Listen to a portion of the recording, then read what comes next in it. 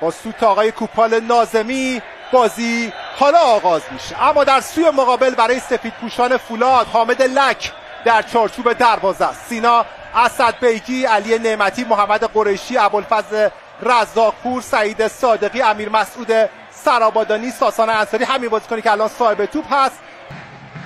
بازی رو کوتاه به جریان میندازن. بیفوما یه همکاری سه نفره اونجا انجام میدن، ارسال بلند عالیش و فرصت برای پرسپولیس. کار گرفته شده، اینجا ارسالی بود که انجام شد، آفسایدی هم در کار نبود و در دو مرحله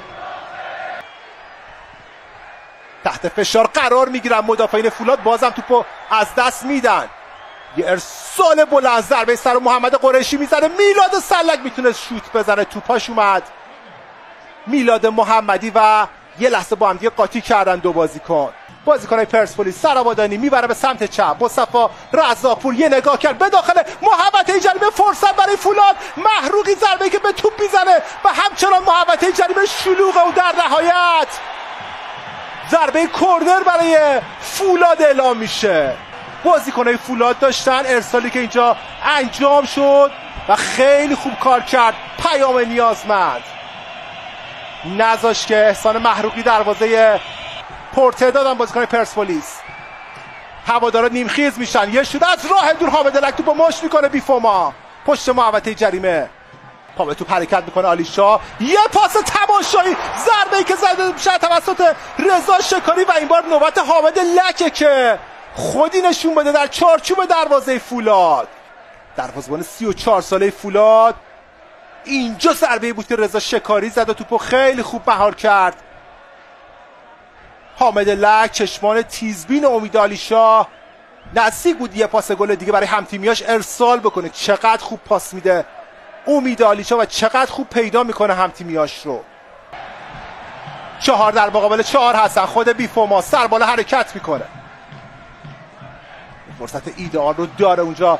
بیفوما میکاره برای همتیمی، شوتی که زده میشه گل برای پرسپولیس. علی پور دروازه رو باز میکنه. پرسپولیس 1 فولاد 0. زننده گل همون همیشگی علی پور سومین گل فصلش رو به ثمر میرسونه.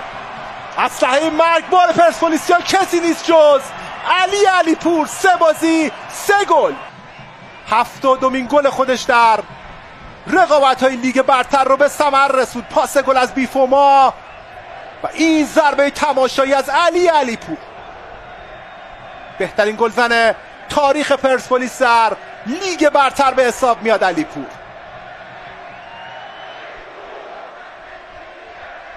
دو نوازی تماشایی بیفوما و علی پور به این شکل به سرانجام رسید و دروازه حامد لک باز شد.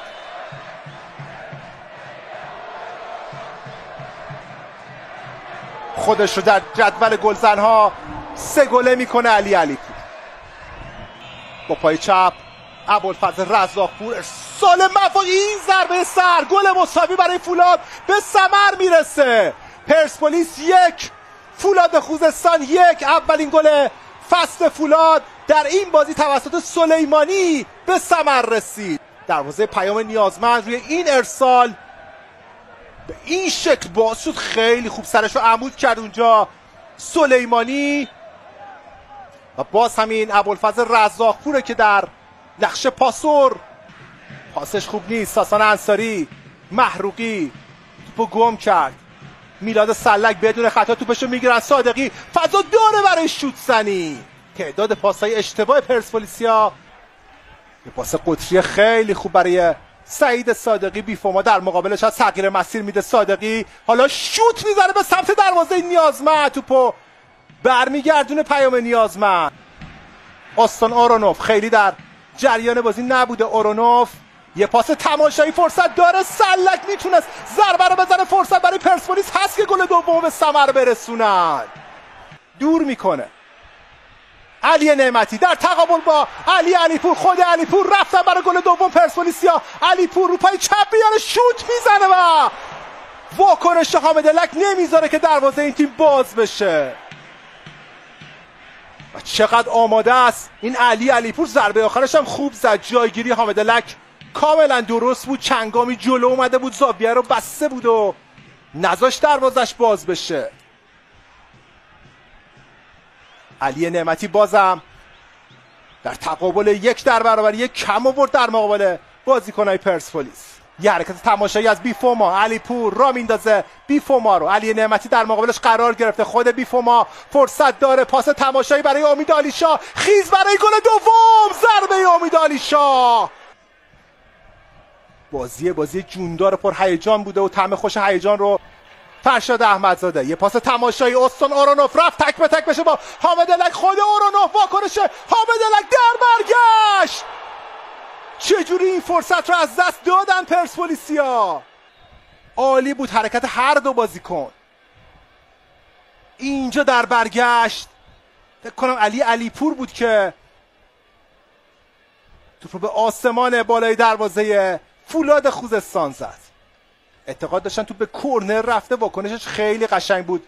حامد الک، استون اورونوف، حرکت تماشایی این بازیکن، علی پور، کاظمیان با پای چپ توپو بلند فرستاد و توپ نرسید به فرشاد احمدزاده. و کارش سخته برای موفقیت در پرسپولیس. اورونوف یه پاس خوب فضا داره، محمدی رو پای چپ میاره، میتونه شوت بزنه، نه.